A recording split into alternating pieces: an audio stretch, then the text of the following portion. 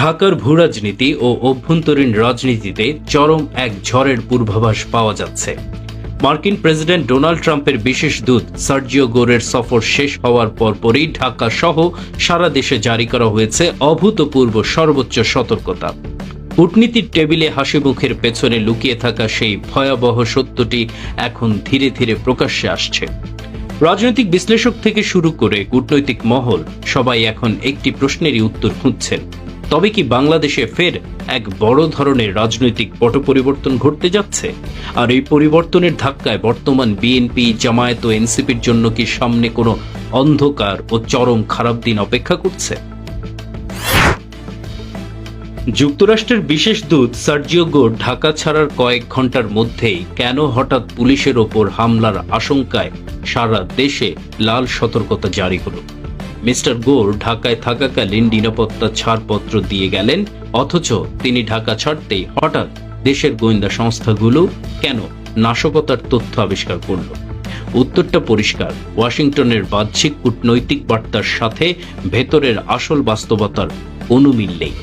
ইতিহাস সাক্ষী, দক্ষিণ এশিয়ায় মার্কিন বিশেষ দূতদের সফর কখনোই নিছক সৌজন্যমূলক হয় না।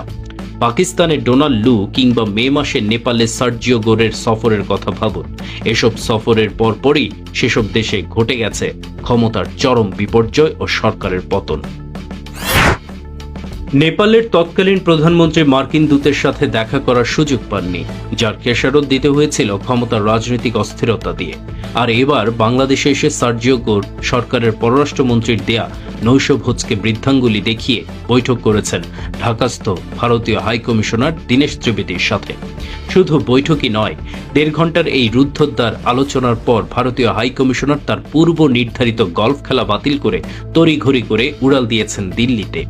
কূটনীতির নিয়ম বলে, অতীব জরুরি ও রাষ্ট্রীয় নিরাপত্তার মতো সংবেদনশীল ইস্যু না থাকলে কোনো হাইকমিশনারকে এভাবে জরুরি ভিত্তিতে দিল্লিতে তলব করা হয় না। প্রশ্ন উঠছে, গোর এবং দীনেশ ত্রিবেদীর ১.৫ ঘন্টার রুদ্ধদ্বার বৈঠকে আসলে কি কথা হয়েছিল? একাধিক কূটনৈতিক সূত্র নিশ্চিত করছে, সেখানে মার্কিন ভারত ভূ রাজনৈতিক স্বার্থের পাশাপাশি সবচেয়ে বড় আলোচ্য বিষয় ছিল বাংলাদেশের বর্তমান অভ্যন্তরীণ রাজনৈতিক অস্থিরতা এবং প্রধানমন্ত্রী শেখ হাসিনা ও আওয়ামী লীগের প্রসঙ্গ।